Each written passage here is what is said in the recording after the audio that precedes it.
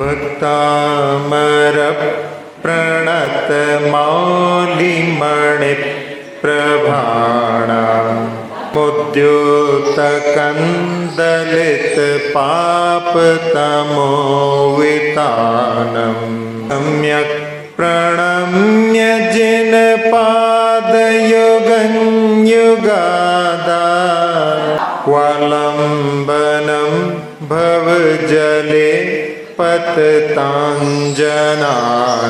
यः संस्तुतः सकलवाङ्मय तत्त्वबोधा दुद्भूतबुद्धिपटुभिः सुरलोकनाथैः स्तोत्रैर्जगत्कृतैश्चेत्तहरैरुदारैः स्तोषे किलाहमपि तं प्रथमं जिनेन्द्रम्। कल आरती में काव्य को किया था, हमें इसका उच्चारण कर लेते हैं। चुकन्मदाभिल विलोल कपोल मूल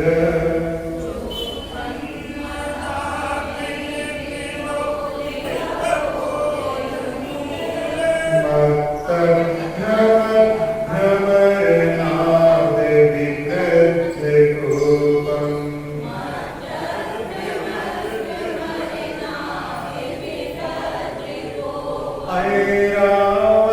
ऐरावताभमिव मुद्धकवापतन्तम्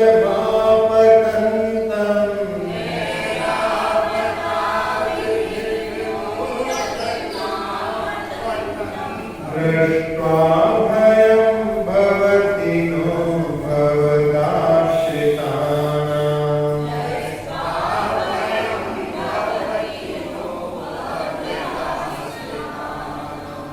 आचार्य महाराज भगवान की भक्ति करते हुए कह रहे हैं कि भवद आश्रिताना, भगवान जिसने आपको आश्रय ले लिया है, आपके आश्रित वाले मनुष्य को, च्योतन मदाविर विनोद कपोल मूल, जिसमें से मदजल झर रहा है, और चंचल गालों के मूल भाव में मत्तब भ्रमद भ्रमर नाद विवृत कोपम, जहां पर घूमते हुए घोरों के शब्दों से जिसका क्रोध बढ़ गया है, ऐसे ऐरावताभम, ऐरावत की तरह विशालकाय हाथी, उद्दतम आपदंतम, जो कि उद्दंड बिल्कुल सामने आ रहा है, ऐसे इवं दृष्ट्वा भयं न भवति, ऐसे हाथी को देख करके भी जिसने भगवान आपका आश्रय लिया है, उसको ऐसे भयानक हाथी से भी भय नहीं लगता।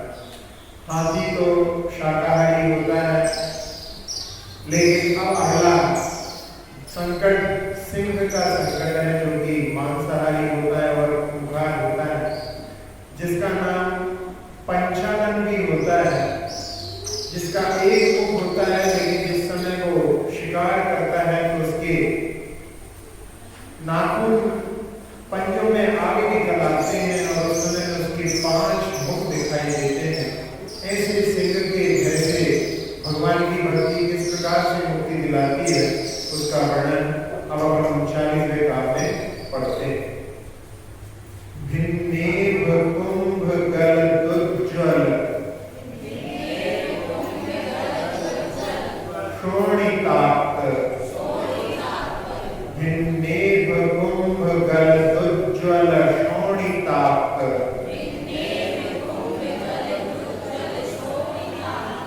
मुक्ता फल प्रकर भूषित भूमि भाग,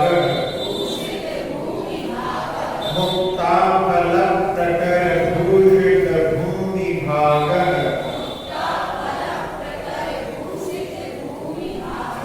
बद्धः क्रमः क्रमगतं हरिणाधिकोऽपि, बद्धः क्रमः क्रमगतं हरिणाधिकोऽपि, नाक्रामतिक,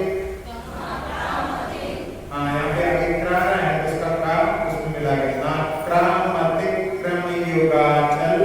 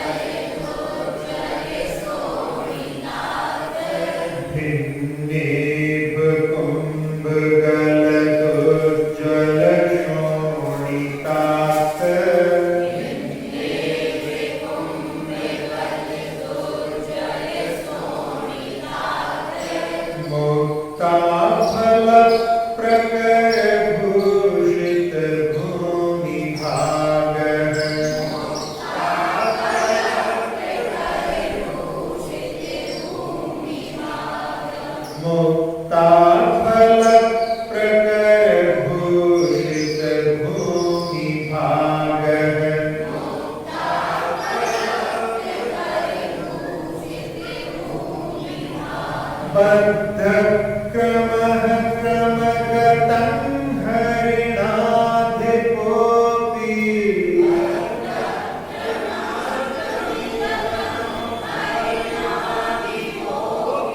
बद्धक्रमः क्रमगतं हरिणाधिपोऽपि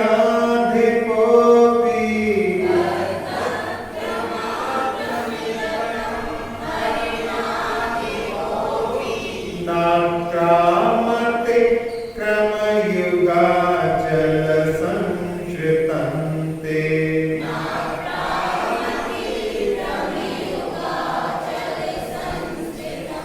नाक्रामते क्रमयुगाचलसंश्रितन्ते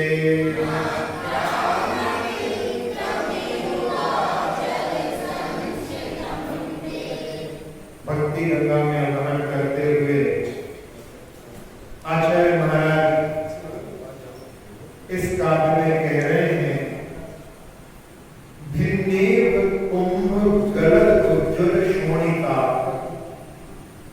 जिस सिंह ने एवं पहले के पर पड़ चुके हाथी के लिए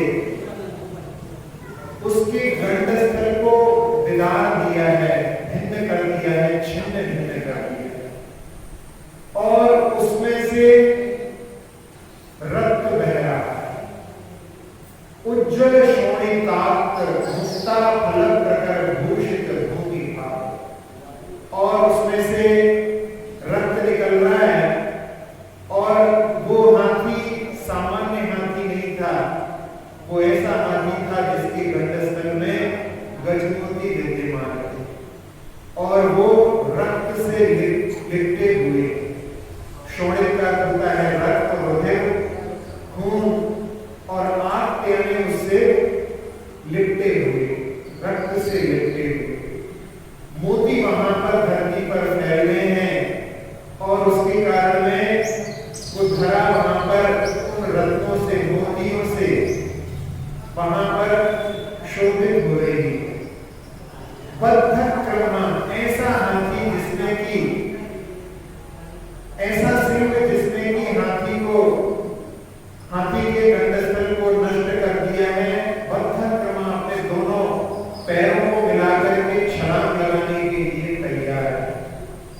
हरिणाधिपा अपि क्रमगतम, उसके बिल्कुल एक छलांग में जो अपने शत्रु के ऊपर वार कर सकता है, उसके शत्रुओं के बिल्कुल निकट उपस्थित है। क्रमगतम तीन क्रमयुगाचल संस्थितम नाम आक्रमति।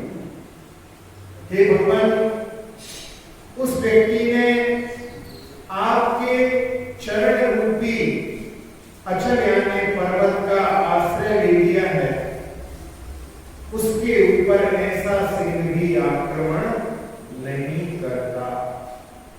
जिस सिंह ने हाथी के गंडस्थल को विदार दिया है और रक्त बह रहा है, और रक्त के साथ साथ में जो गजमोती है पूरी धरा पर बिखर गए हैं, ऐसा सिंह जिसने अपने दोनों पैरों को पास पास मिलाकर के छलांग लगाने की तैयारी कर ली है, लेकिन जिसने आपके चरण रूपी पर्वतों का सहारा ले लिया है, दोनों चरण रूपी पर्वतों का सहारा ले लिया है, उसके ऊपर ऐसा खूंखार सिंह भी आक्रमण नहीं करता।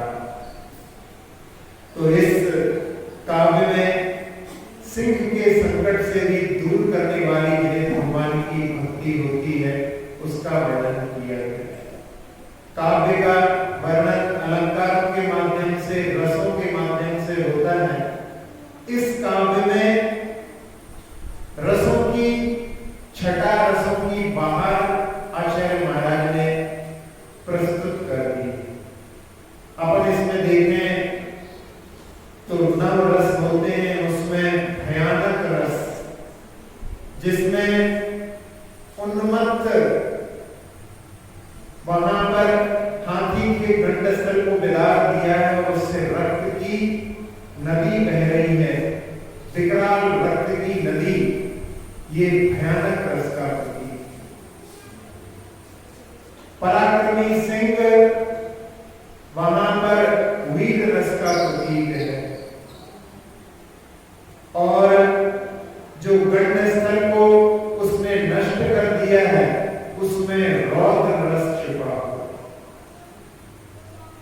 जो हाथी मृत पर्याय है, यानी मृत्यु के निकट है,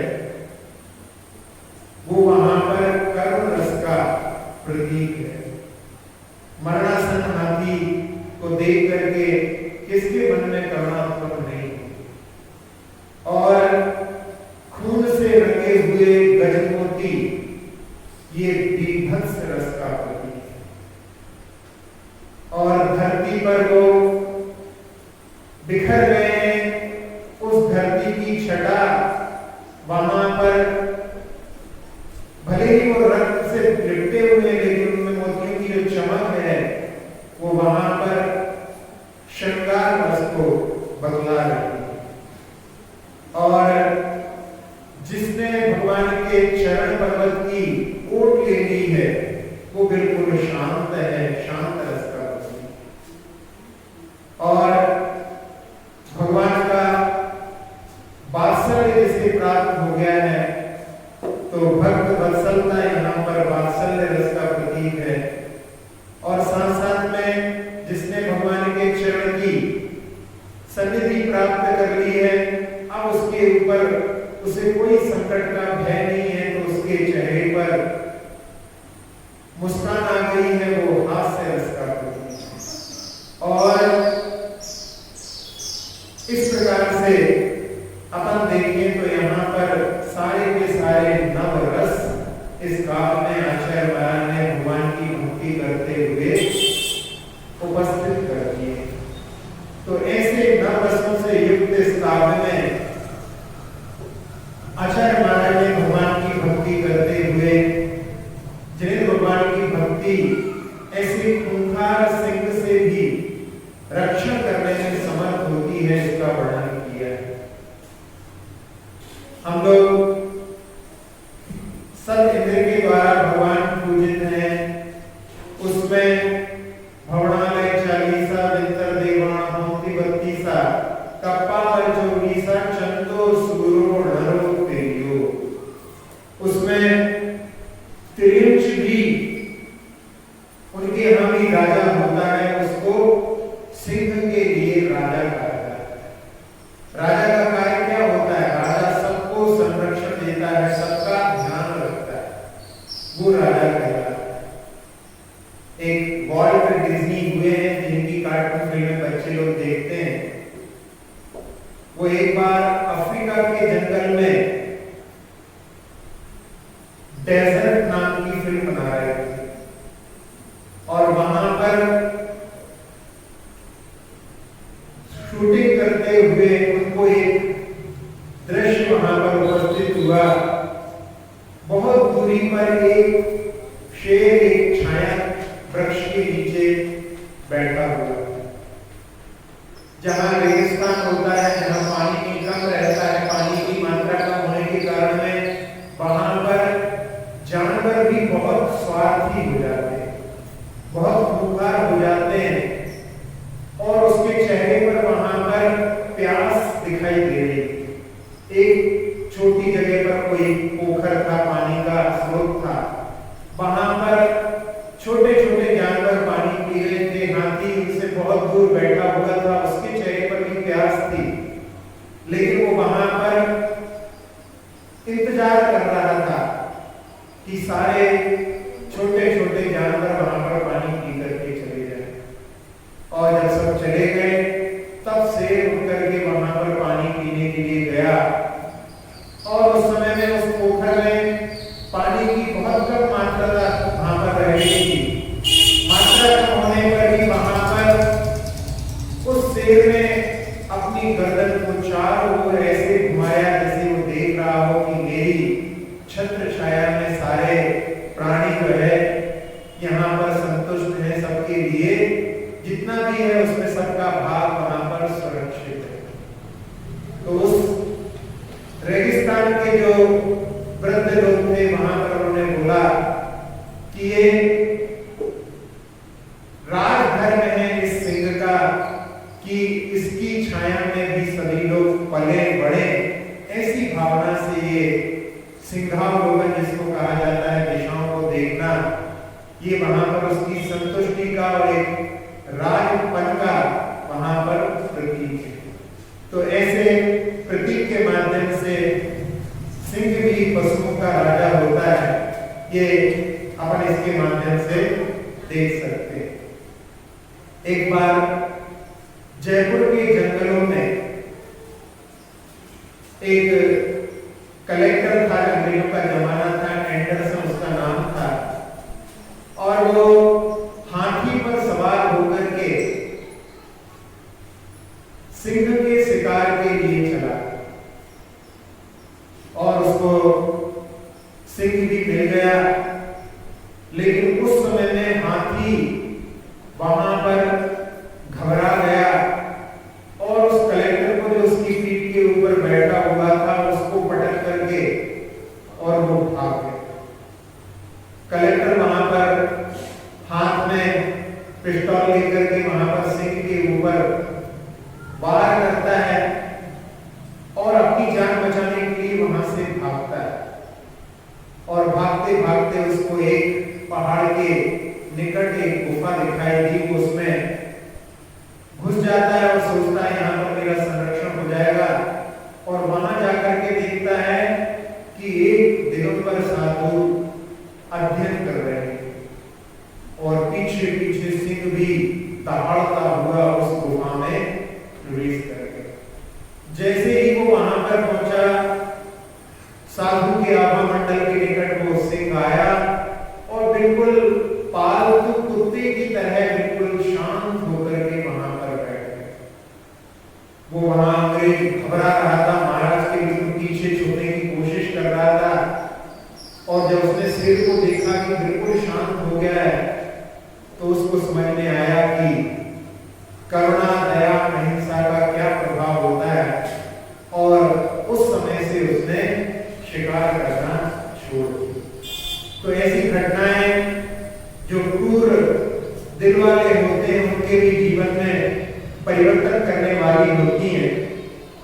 सिंह के बारे में सम्राट चंद्रगुप्त के जीवन की भी एक घटना है। परम पूज्य ब्रह्म सागर जी महाराज ने चंद्रगुप्त के ऊपर एक उपन्यास लिखा है, उसमें इस घटना का वर्णन किया है कि जब चंद्रगुप्त एक बार सिकंदर के माध्यम से, सिकंदर ने उसको मारने के लिए प्रयास किया था और वहां से बच करके निकल करके जंगलों की खाक छान रहा था। उसके साथ के जो सैनिक थे वो सब भोजन की व्यवस्था में इधर लगे हुए थे और चंद्रगुप्त उस जंगल में लेट करके नींद ले रहा था। उसके माथे पर पसीना आ रहा था और वहां पर कहीं से एक शेर आ गया और शेर जब उसके पास पहुंचा तो उसने उसके माथे के पसीने को चाटा। जैसे ही उसकी जिह्वा जब उसके माथे से जिसमें कि कांटे कांटे जैसे निकले रहते हैं, चंद्रगुप्त की नींद खुल गई और उस समय में शेर ने उसकी आंखों में ऐसे झांक करके देखा कि ये समय सोने का नहीं है और बोल करके जैसे अपनी आंखों के माध्यम से वो वहां से चला गया। उस समय में फिर चंद्रगुप्त ने अपनी सेना को संगठित करके और यूनानियों को निकालने का जो जिम्मा उसके ऊपर था उसने वहां पर उसको पूर्ण किया। पूर्व की बात करें तो अपने लिए भगवान महावीर की पर्याय भी सिंह की पर्याय रही है। सिंह की पर्याय से ही उनके जीवन में परिवर्तन आया है। कहां तो उनका जीवन पुरुरवा भील से प्रारंभ हुआ था, बीच में उन्होंने उत्थान करके आदिनाथ भगवान के नाती के रूप में भी उत्पन्न हुए और आगे चल करके श्रेयांसनाथ भगवान के काल में वो त्रिपृष्ठ नाम के नारायण भी हुए, प्रथम नारायण। 2 पद उन्होंने इस चतुर्विंशति जो छोटी सी हुई है उसमें 63 सलाह का कोर्सों में प्राप्त किए हैं और उनकी अधोगति होती है। उसके कारण में सप्तम नरक और वहां से निकलने वाला जीव नियम से प्रेरित होता है। तो उन्होंने सिंह की पर्याय को प्राप्त किया, पुनः वो सिंह नरक में गया और वहां से निकलने के बाद में पुनः सिंह की पर्याय प्राप्त की और उस पर्याय में हिरण के ऊपर आक्रमण किया और उसी समय में 2 चार वृद्धिधारी विराज अमित प्रभ और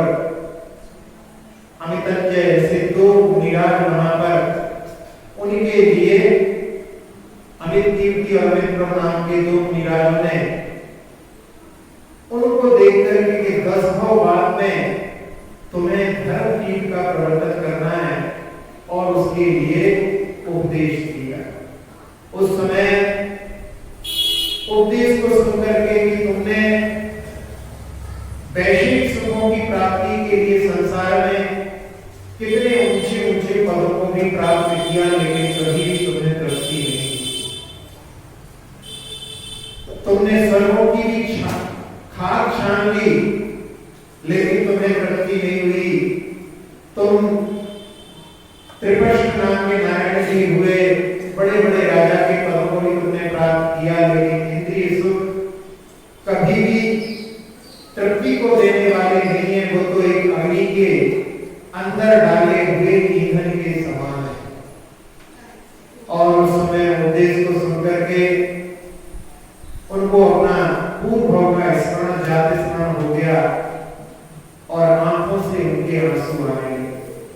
उस समय में भगवत महाराज ने तर्कण में वर्णन किया है कि जैसे उनके अंदर मिथ्यात्व ही वहां पर पिघल करके बाहर निकल रहा हो आंसुओं के रूप में, और अंदर सम्यक दर्शन के लिए स्थान बना रहा हो। और फिर उस भाव से उन्होंने अनुव्रत को धारण करके निरंतर 10 भाव में उन्नति करते करते वर्तमान तीर्थंकर पद को प्राप्त किया। तो उनकी शुरुआत भी अपन कह सकते हैं सिंह की पर्याय से। भरत चक्रवर्ती के भी पूर्व में वो सिंह की पर्याय से ही उनके जीवन में भी परिवर्तन आया। पहले अति गृध्र नाम के अति आसक्त राजा के रूप में थे और उन्होंने धन को एक पहाड़ के नीचे वहां पर छुपा करके रखा। मरण करके नरक गए। चौथे नरक से निकलने के बाद में उसी पहाड़ के पास में सिंह के रूप में उत्पन्न हुए। एक मासोपासी मुनि पीताश्रम जब उनके वहां पर आहार राजा प्रीति वर्धन कराता है, तो उस समय 50 शयन होते हैं और 50 शयन में रत्नों की वर्षा आदि देख करके उस सिंह को जाते स्मरण हुआ और उस समय में उसने अनुव्रतों को धारण किया। महाराज ने राजा से कहा कि एक श्रावक ऊपर संलेखना को धारण किए हुए है, उसकी तुम्हें सेवा करना चाहिए। और राजा जब वहां पर पहुंचता है, देखता है कि सिंह वहां पर संलेखना को धारण किए हुए है और महाराज भी जाकर के पीताश्रम मुनिराज उस सिंह के लिए नमोकार मंत्र सुनाते हैं और उसके माध्यम से उसके जीवन में फिर परिवर्तन आता है और वो आगे चल करके संलेखना के माध्यम से दिवाकर नाम का देव दूसरे स्वर्ग में हुआ। और फिर आने के बाद में मतिवर नामक मंत्री जब राजा ब्रजजन की पर्याय में आदिनाथ भगवान थे और राजा रानी का मरण हो जाता है, तो उनके वियोग में दीक्षा लेकर के तपस्या करके ग्रेविक में हेमेंद्र बनते और वहां से जब आदिनाथ भगवान का जीव वज्रनामी चक्रवर्ती बनता है, उस पर्याय में आकर के उनके सुबाहु नाम के भाई बनते और उस भव में तपस्या करके सर्वा सिद्धि जाते हैं। और फिर वहां से आने के बाद में आदिनाथ भगवान के पुत्र भरत के रूप में जो आगे चल करके चक्रवर्ती बने और जिनके नाम से देश का नाम भारत पड़ा। तो उनके पूर्व की भी कथाना सिंह से जुड़ी हुई है। कुछ प्रसंग हमने कल भी सुनाए थे, जिसमें बराक चरित्र में बताया था कि वो रात भर पेड़ के ऊपर बैठे हुए थे और सिंह उनके चारों ओर घूमता रहा। रात भर वहीं पर किस प्रकार से उनकी रात व्यतीत हुई होगी। बाद में उनको आगे चल करके उससे मुक्ति मिली और उन्होंने तपस्या करके तारकनाथ जी से मुक्ति को प्राप्त किया। आचार्य गौतम महाराज ने जो निर्वाण भक्ति लिखी है, उसमें उनका मुक्ति का वर्णन किया है। जटासेन नंदी जी ने भराचरित्र को सर्वासिद्धि बतलाया है, लेकिन आचार्य गौतम महाराज की बात को अपन प्रामाणिक ज्यादा मान करके, अद्भुत मान करके वहां पर अपन समझ सकते हैं कि उनका मुक्ति स्थान तारका जी है। और सिंह की पर्यायों के बारे में यदि अपन देखें तो सुकोषण मुनि के ऊपर, जिनकी भी कथा अपन लोग पहले वर्णन कर चुके हैं, उनकी मां ही रानी सहदेवी विरह में वहां पर मर करके सिंहनी की पर्याय को प्राप्त हुई। इसी का वर्णन दौलत राम जी ने अपने भजन में जासुक विरह भई बाहिन तासुक देह विदारी, जिसके विरह में उसने बाहिन पद को प्राप्त किया था और उसी सुख के ऊपर उसने आक्रमण कर दिया। उन्होंने तो अपने परिणामों को संभाल करके मुक्ति को प्राप्त कर लिया, फिर बाद में इसको वहां पर उपदेश के माध्यम से अनुव्रत को धारण करके उसके लिए भी सद्गति के लिए रास्ता मिला। लेकिन ये घटना भी इसी प्रकार की पार्श्वनाथ भगवान के पर पूर्व में देखें तो जब उन्होंने तीर्थंकर प्रवृत्ति का बंद किया, आनंद राजा थे अयोध्या के, दीक्षा लेकर के उन्होंने सूर्यकांड भावनाओं से तीर्थंकर प्रवृत्ति का बंद किया और उसके बाद में कमठ का जीव सिंह के रूप में वहां पर पहुंच करके उनके शरीर के ऊपर आक्रमण कर देता है। वो अपने परिणामों के माध्यम से पूर्ण गति कर लेते हैं, प्राणम स्वर्ग पहुंचते हैं और वो अधोगति को प्राप्त होता है। तो ऐसे सिंह के बारे में कई कथानक अपने लिए उपलब्ध होते हैं। एक क्षेत्र है महाराष्ट्र में कुंभोज बाहुबली, वहां पर कुंभोज नाम का नगर पास में है और कुछ शताब्दियों पूर्व एक बाहुबली नाम के मुनिराज वहां पर उस पहाड़ की गुफा में रहते थे और वहां पर आहार के लिए नगर में जाकर के आहार करके कई दिनों बाद आहार के लिए रुकते थे। और एक बार जब वो आहार के लिए जा रहे थे तब उस समय में कुछ म्लेच्छ कड़कों ने उनके ऊपर पत्थर आदि देकर के, गाली आदि देकर के उनको परेशान करना प्रारंभ किया। महाराज समता से सहन करके आगे बढ़े, लेकिन वो लोग उद्दंडता जब उनकी बढ़ गई तो उस समय में महाराज ने अलाप समझ करके वापस आकर के अपनी गुफा में बैठ गए और वो लड़के लोग उनके पीछे पीछे वहां भी पहुंच गए और इसी बीच में उन्होंने देखा कि एक शेर वहां पर आ गया और जब शेर आया तो उन सारे लड़कों की बिल्कुल हालत पतली हो गई। उनको लगा कि आज तो मृत्यु निकट है, लेकिन वहां पर भी ऐसा हुआ कि महाराज जी के प्रभाव से वो शेर बिल्कुल शांत हो गया और उस समय में जो घबरा रहे थे महाराज जी ने उनसे कहा कि कुछ नहीं करेगा, मत डरो। तो उस समय में वो लोग प्रणाम करके और ये तो कोई पैगंबर है ऐसा कह करके वो सब लोग उनके चरणों में नतमस्तक होकर के चले गए। उसके बाद में उन्होंने फिर उनको कभी भी परेशान करने की बात तो थी नहीं। उनकी वहां पर समाधि हुई, उनके चरण भी वहां पर बने हुए हैं। बाहुबली भगवान की प्रतिमा तो बहुत दिनों बाद रखी गई, तो कुंभोज बाहुबली भगवान बाहुबली नाम के मुनिराज के नाम से उस क्षेत्र का नाम पड़ा है। बाहुबली भगवान की प्रतिमा तो बहुत बाद में वहां पर रखी गई थी। तो ये भी इस क्षेत्र में सिंह की घटना से जुड़ा हुआ है। एक घटना सिंह से रक्षण वाली जिसमें कि आचार्य विद्यानंद जी जब पूर्व में क्षुल्लक अवस्था में थे और हुमचा पद्मावती नाम का एक क्षेत्र है दक्षिण में, वहां पर वो थे और संध्या काल में सामयिक करने के बाद में 8 बजे को बैठे हुए थे और बहुत नजदीक उनके स्मरण के अनुसार 3-4 फीट दूरी पर एक शेर आकर के खड़ा हुआ और उस समय में उनको कि यहाँ से हम उठ जाएं, ऐसा भी वहां पर भाव नहीं आया। वो केवल नमोकार मंत्र पढ़ते रहे और उसी समय में कोई व्यक्ति वहां पर लालटेन लेकर के अचानक आ गया और जैसे ही जब वो वहां पर पहुंचा तो सिंह उसको देख करके वहां से रवाना हो गया, भाग गया। नहीं तो इतने नजदीक था वो कि वो दुर्घटना वहां पर घट सकती थी। महामंत्र के प्रभाव से उस सिंह से वहां पर रक्षण हुआ, ऐसा उनके संस्मरण से हम जानते हैं। आचार्य शांति सागर जी महाराज जब मध्य भारत के बिहार पर थे, उस समय में द्रोणगिरी क्षेत्र में वो पहाड़ के ऊपर रात्रि में विश्राम करते थे।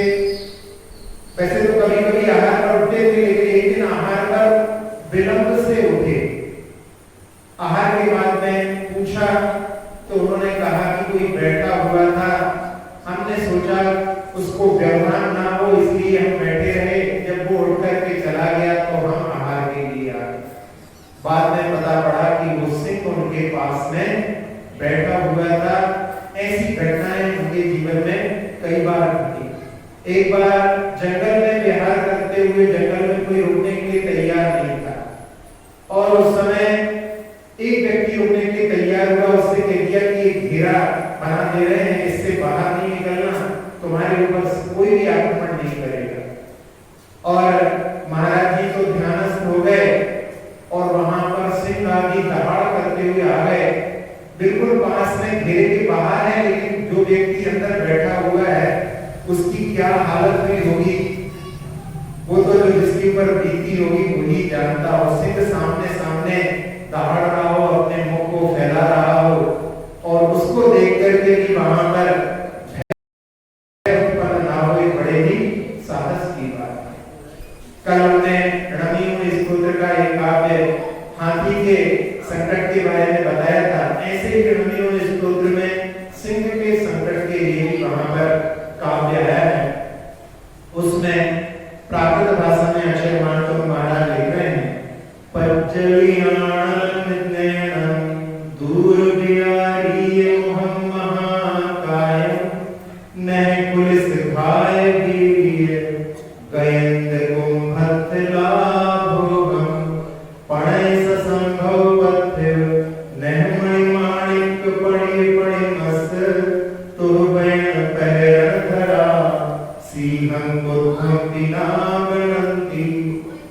इस काव्य में आचार्य महाराज कह रहे हैं कि जिसके नयन अग्नि के समान हो रहे हैं और जिसने अपने मुख को बहुत खोल लिया है, फैला लिया है और जिसके नख रूपी आयुध से जिसने हाथी के गंडस्थल को बिगाड़ दिया है। तो यहाँ पर अपन जो संस्कृत में काव्य पढ़ रहे हैं और ये प्राकृत में है, बिल्कुल समान समान भाव वहां पर बताए। ऐसे सिंह के ऊपर भी जो भगवान आपके वचन रूपी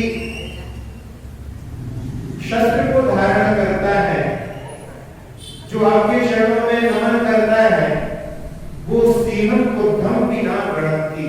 ऐसे सिंह के लिए भी वहां पर गणना नहीं करता है, उसका भी उसको कोई भय नहीं है।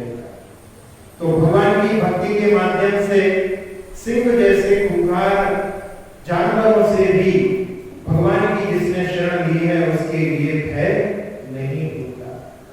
बड़े जी के जीवन में उन्होंने अपनी जीवन गाथा में लिखा है कि उनके पिता एक बार अपनी पत्नी के साथ में, बड़ी जी की माता के साथ में जंगल से कहीं जा रहे थे और सामने से शेर आ गया। बड़ी जी के पिता जहां पर जैन लोगों के संपर्क में थे, वैसे तो वो जैन नहीं थे जाति से, लेकिन जैन लोगों के संपर्क में रहने से उनको महामंत्र पर बड़ा श्रद्धांजलि था और उन्होंने महामंत्र का जाप उस समय में शांत होकर के किया। सिंह अपना रास्ता पलट करके दूसरी तरफ से निकल गए। जब वो वर्णाश्रम के बड़ी जी के पास थे तो उन्होंने ये घटना सुनाई और कहा कि जिस धर्म का ये मंत्र है उस धर्म का श्रद्धांजलि तुम कभी नहीं छोड़ो। और महामंत्र के प्रति श्रद्धांजलि के लिए उन्होंने वहां पर कहा था। तो ऐसी घटना भी उनके जीवन की, उनके पिताजी के जीवन की देख सकते हैं। इसी के साथ साथ में आचार्य विमल सागर जी महाराज को सिखंडी में भी सिंह मिला था और उस समय में भी वो भयभीत नहीं हुए, वो अपना रास्ता काट करके चला गए। छत्तीसगढ़ में भूतवली जी महाराज जब विहार कर रहे थे तो उस समय में भी सिंह वहां पर नजदीक आ गया और उस समय में उनके साथ में जो लोग थे वो तो भयभीत हो रहे थे, लेकिन महाराज जी ने उस सिंह के लिए भी वहां पर उपदेश दिया। उनका वर्णन किसी कविता में भी किसी कवि ने किया है। तो ऐसी घटनाएं कई जो है जीवन में कई साधुओं की घटी है। एक घटना गिरनार पर्वत की है। गिरनार पर नेमिनाथ भगवान की मूर्ति के पास में संध्या काल में एक क्षुल्लक जी थे और वो सामायिक करने के लिए आवत करके बैठ गए। सिंह में भी कई भेद होते हैं, उनमें सिंह के प्रकारों में अगर देखें तो एक केसरी होता है, एक सारगल होता है, एक सावर नाम का शेर होता है, एक पंकज नाम का होता है, एक बटुक नाम का भी शेर होता है। बटुक जो होते हैं शेर छोटे शेर होते हैं। वो बटुक नाम का शेर वहां पर उनके पास में आ गया और सामाई पर वो बैठे हुए थे और वो उनको सामाई के समय में वहां पर अपने नाखूनों के माध्यम से, मुंह के माध्यम से उनके लिए पीड़ा देने लगा। उस समय में महामंत्र और भट्टामर का काव्य तो वो पढ़ ही रहे थे, लेकिन बार बार वो जो है शेर उनके कभी आगे से कभी पीछे से ऐसे बिल्कुल ऐसी स्थिति निर्मित हो गई। और उस समय में उन्होंने सोचा कि यदि ये हमारे चेहरे को विकृत कर देगा तो फिर हमारी मुनि दीक्षा नहीं हो पाएगी। क्षुल्लक जी थे तो उन्होंने अपना जो वस्त्र रहता है उसके माध्यम से अपने चेहरे को ढक लिया। हाथ पे ही करे अर्पण तो कर रहे, लेकिन हमारा चेहरा नहीं बिगड़ना चाहिए, नहीं तो हमारी दीक्षा नहीं हो पाएगी। सोचो ऐसी स्थिति में भी उनके लिए वहां पर अपने चारित्र के प्रति वहां पर ऐसा भगवान उसको बचाने के भाव थे और वो महामंत्र आदि का सब जाप कर रहे थे। वो सिर्फ उनके भावों के प्रभाव से ऐसा हुआ कि वो वहां से चला गया। आज भी बताते हैं उनके हाथ पर उस सिंह के नाखूनों के निशान कभी भी दिखाई देते और वो जो सिंह का ऐसा स्वभाव रहता है कि अपने शिकार को बार बार परेशान करके और मार करके ही छोड़ता है, लेकिन वहां पर भगवान की भक्ति महामंत्र का प्रभाव ही कहना चाहिए कि वो सिंह वहां से लौट गए। उस गिरनार पर्वत पे कुछ दिनों पहले, कुछ सालों पहले बड़ी धर्मशाला जहां पर नीचे रुकते हैं उसके बिल्कुल सामने से कोई बटुक शेरों का फोटो दिखाया था।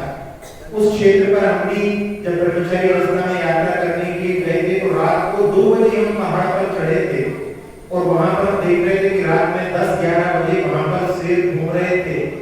उस जगह का देख करके लगता है कि वो क्षेत्र जंगल एरिया है पूरा और वहां पर ये जो बटुक नाम के शेर घूमते रहते हैं, तो वहां पर इस प्रकार की घटना तो वहां पर स्वाभाविक थी। लेकिन भगवान की भक्ति से वहां पर उन मुनिराज जो है क्षुल्लक जी उन्होंने बाद में दीक्षा भी ली, मुनिराज के रूप में हो भी सकते हैं, तो उन्हीं की घटना भी इस काव्य के सामने अपन विशेष रूप से स्मरण में रख सकते हैं।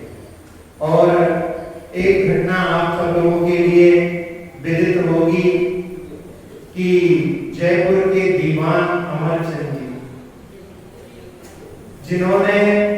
जिनके सामने वहां पर राजा को लोगों ने चढ़ा दिया और एक खूंखार से जो 3 दिन से भूखा था उसके लिए भोजन कराने की जिम्मेदारी अमरचंद जी दीवान को सौंप दी।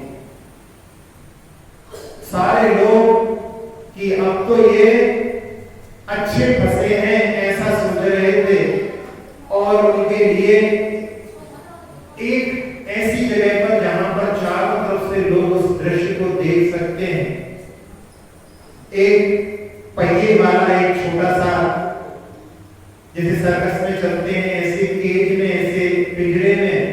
शेर को वहां पर लाया गया और दीवान जी ने अपने घर से शुद्ध जलेबियां बनवा करके थाल में भर करके वहां पर वो पहुंच गए। और जब उसका पिंजरा खोला गया, उस स्थान पर नीचे बाकी सब लोग चारों तरफ से ऊपर से देख रहे थे और सारे लोग सोच रहे थे कि आज तो या तो दीवान जी की मृत्यु होगी या दीवान जी उसके लिए मांस खिलाने के लिए तैयार हो जाए।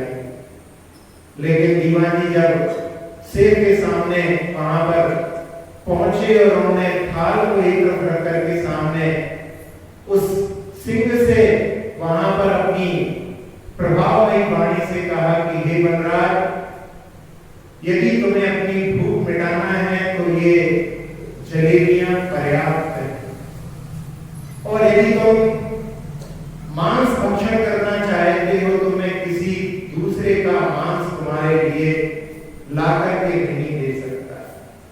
यदि तुम्हें ये जलेबियां पसंद नहीं है तो मैं यहाँ पर उपस्थित हूँ, तुम अपनी भूख मिटा सकते।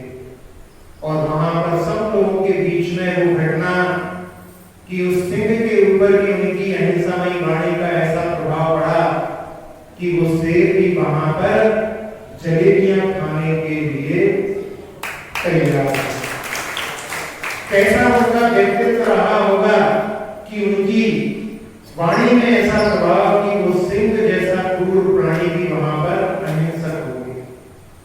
उनके जीवन को हम देखते हैं, कुछ घटनाओं से तो ऐसा लगता है कि उनके जीवन में भी उन्होंने ऐसी तपस्या घर में रह करके की थी कि उसका प्रभाव उनके जीवन में उस सिंह के ऊपर भी पड़े बिना नहीं रहा। एक घटना आपने सुनी होगी कि एक बार राजा के दरबार में थे और किसी ने आकर के कहा कि आपके एक साधु भाई आए हैं, और वो साधु भाई देखने से तो ऐसा लगता है कि बहुत गरीब है। तो राजा ने कहा कि आपके से कोई रिश्तेदार गरीब है, आपने बताया नहीं कभी। सुन करके दीवान जी ने कहा हाँ, उनको सम्मान के साथ में यहाँ पर लाया जाए। और जब उनको लाया गया, उनको देख करके सारे दरबारी और राजा सभी लोग आश्चर्यचकित थे कि ऐसे फटे हाल भी कोई इनका रिश्तेदार हो सकता है। और उन्होंने उनकी मदद की और उनको सम्मान के साथ में कहीं पर ठहराने आने की व्यवस्था कर दी। राजा ने वहां पर पूछा तो उन्होंने उस समय में कहा कि महाराज, ये बेदनी कर्म की जो है दो संतानें हैं, एक साता और एक असाता। साता का मेरे साथ विवाह हुआ है और असाता का इसके साथ विवाह हुआ है, इसलिए हम दोनों साधु भाई। जबकि उससे कोई संबंध नहीं था, लेकिन उसने कहा था कि हम साधु भाई हैं, तो उसके लिए साधु भाई को किस प्रकार से सिद्ध करके उसकी मदद की। एक बार जब जयपुर में सूखा पड़ा, अकाल पड़ा, तो उस समय में उन्होंने 1 साल तक वहां पर भोजनशाला चालू की। और ऐसी स्थिति हो गई थी कि उनकी पत्नी का मंगल सूत्र तक गिरवी रखने के लिए उन्होंने वहां पर तैयार हो गए थे, लेकिन भोजनशाला बंद नहीं होगी। 1 साल तक उन्होंने भोजनशाला वहां पर चलाई। और लोगों ने उनसे कहा कि आपने तो बहुत बड़ा काम कर दिया। उस समय में किसी कवि ने उन पंक्तियों को लिखा है कि दानी हो दीवान जी किंतु नहीं कुछ मान, भूख नहीं कुछ नाम की, धन्य ज्ञान और दान। तब उस समय में अमरचंद जी दीवान ने उनका जवाब दिया कि तन धन तो है सदा कराया, अधेर है निज ज्ञान। अपना ज्ञान किसी को दे नहीं सकते, ज्ञान के माध्यम से कोई समझना चाहे तो समझ सकता है, लेकिन अपना ज्ञान जो स्वभाव है वो किसी को दिया नहीं जा सकता। अधेर है निज ज्ञान, पर वस्तु पर को दे दी तो उसमें कैसा दान। धन जो है पर वस्तु है, ये हमारा नहीं है, उसको यदि हमने पर के प्रयोग में लगा दिया तो उसमें क्या था। ऐसे भावों से भरे हुए वो अमरचंद जी दीवान, उनका प्रभाव यदि उस देव के ऊपर पड़ा हो तो कोई आश्चर्य वाली बात नहीं।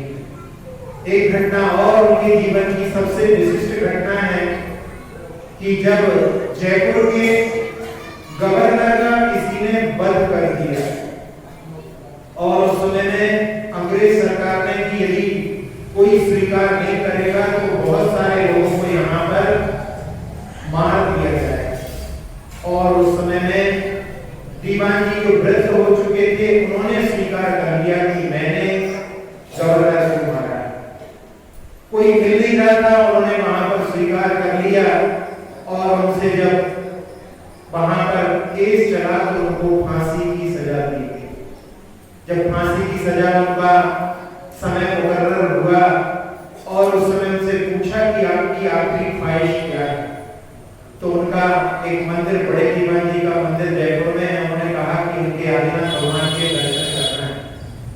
और कस्टडी में उनको वहां पर लेकर के गए और वहां पर उन्होंने भगवान के दर्शन करके यही कहा कि भगवान मैं आत्मघात नहीं कर रहा हूं, मैं तो इतने सारे लोग मारे जाएंगे उनकी रक्षा करने के भाव से यहाँ पर, अब मेरा तो क्या थोड़ी सी आयु बची है और मैं आत्मघात नहीं कर रहा हूं, मेरा भाव तो सारे जीवों का रक्षण का है, सुखी रहे सब जीव जगत के, ये भावना से मैंने ये अपराध अपने ऊपर स्वीकार किया है। और उस समय में उन्होंने आदिनाथ भगवान वहां के मूलाएं उनके चरणों में बैठ करके नमन किया और उसी समय में उनके प्राण निकल गए।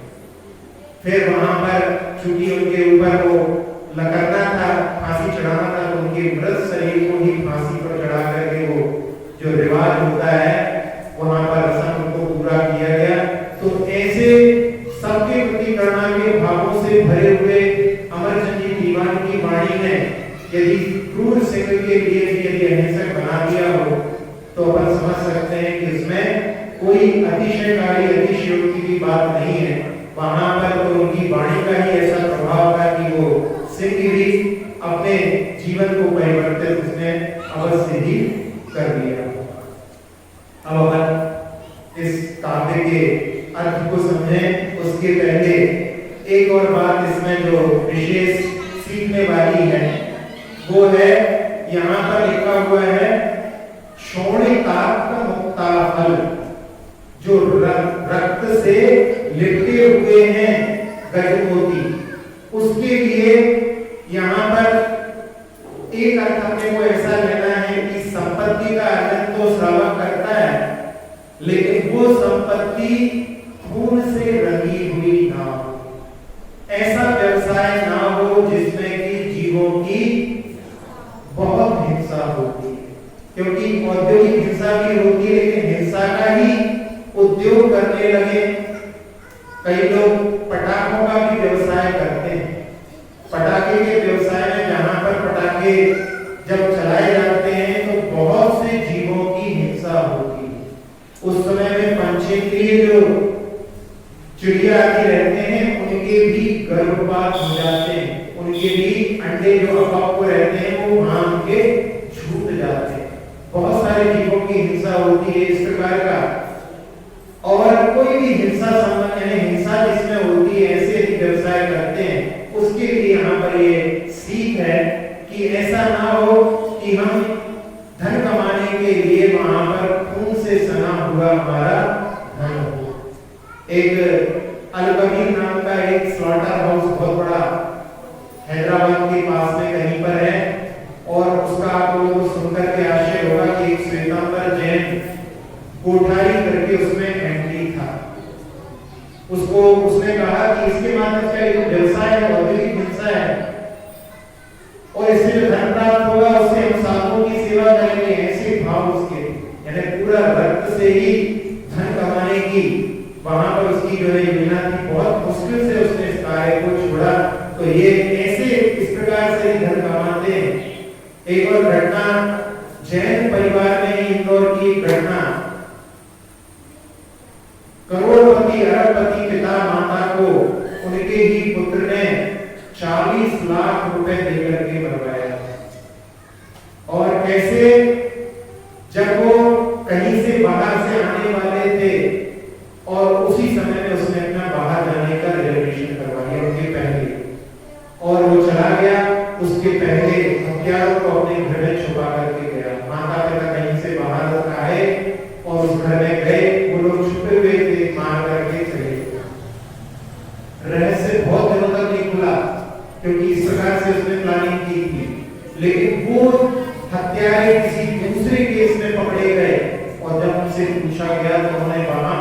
किया कि उन्होंने 40 लाख रुपए में इनको मारा। तो ऐसा धन के लिए, माता पिता के धन के लिए भी ऐसी घटनाएं घट सकती है। तो ये इसी के लिए कहा गया है कि धन के लिए कहीं ऐसा ना हो कि उसके माध्यम से हम ये भी ध्यान में रखें कि बाप बड़ा ना भैया और सबसे बड़ा रुपया, ऐसी दृष्टि हमारे जीवन में ना आए, उससे बचने के लिए यहाँ पर कहा गया है। और सिंह की जो पर्याय प्राप्त होती है उसमें जो सदा काल दूसरों को मारने के भाव रखने वाला होता है, जो अनेक पशुओं का हिंसक होता है और साथ ही साथ में स्वभाव से भी जो सदा क्रूर भावों से भरा रहता है और मांस रूपी होता है, ऐसा जीव जो है सिंह की पर्याय को प्राप्त करता है।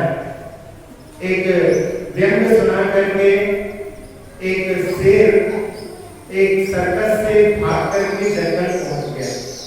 बहुत दिनों तक सर्कस में रहा और जंगल पहुंच गया और उसने जब जंगल पहुंचा तो उसके साथियों ने उससे कहा कि तुम इतने दिनों तक मनुष्यों के बीच में रह करके आए हो, वहां की कोई घटना सुनाओ। तो सारे पशु वहां पर उसकी घटना सुनने के लिए एकत्रित हो गए और उसने कहा कि मनुष्य पैसे के पीछे बहुत पड़ा रहता है।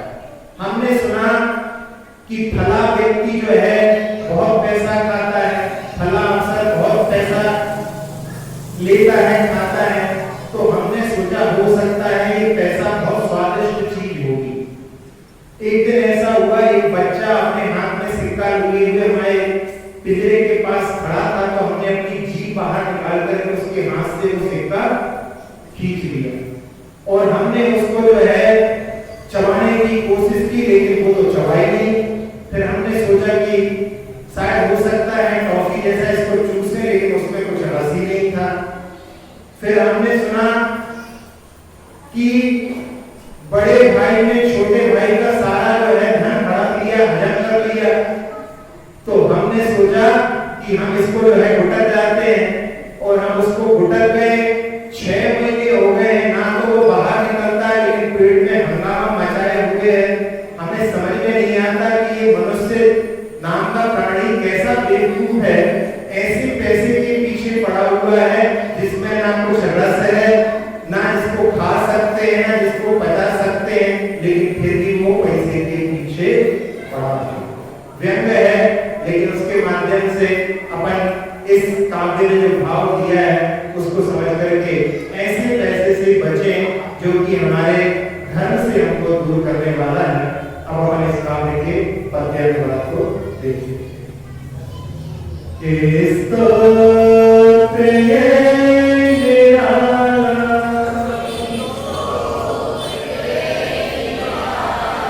सब दुख को हरने वाला, आओ पढ़े भक्तामर, प्रभु गुण की है ये माला, स्तोत्र ये मेरा,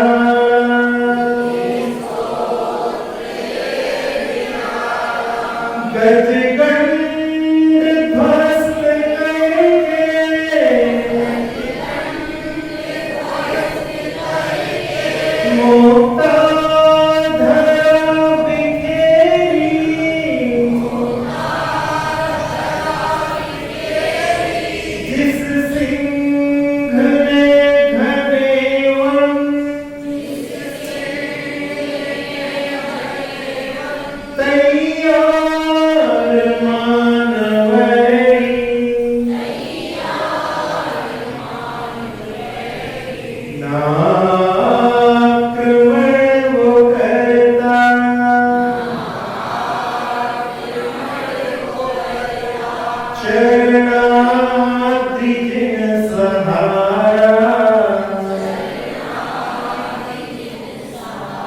आओ बड़े भक्तामर,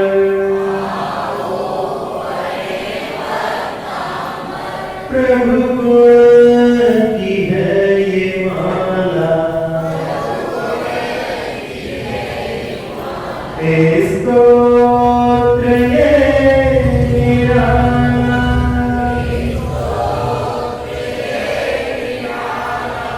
इसमें क्रम युगाचल संस्कृतम के आपकी चरण रूपी पर्वतों का जिसने सहारा दिया हो। तो इस शेर के लिए ये है कि शेर पर्वतों पर उतनी अच्छी तरह से नहीं कर पाता है, इसलिए यहाँ पर भगवान के चरणों को पर्वत की उपमा दी गई है। और एक और प्रसंग अंजना के जीवन का भी है। अंजना जिस समय में गुफा में थी, उस समय में रात में एक शेर वहां पर आ गया और एक गंधर्व देव वहां पर अष्टावक्र बन करके और उस सिंह को वहां से भगा देता है। तो वहां भगवान की भक्ति से उसकी रक्षा हुई थी। ये भी एक प्रसंग इसके साथ में याद कर सकते हैं।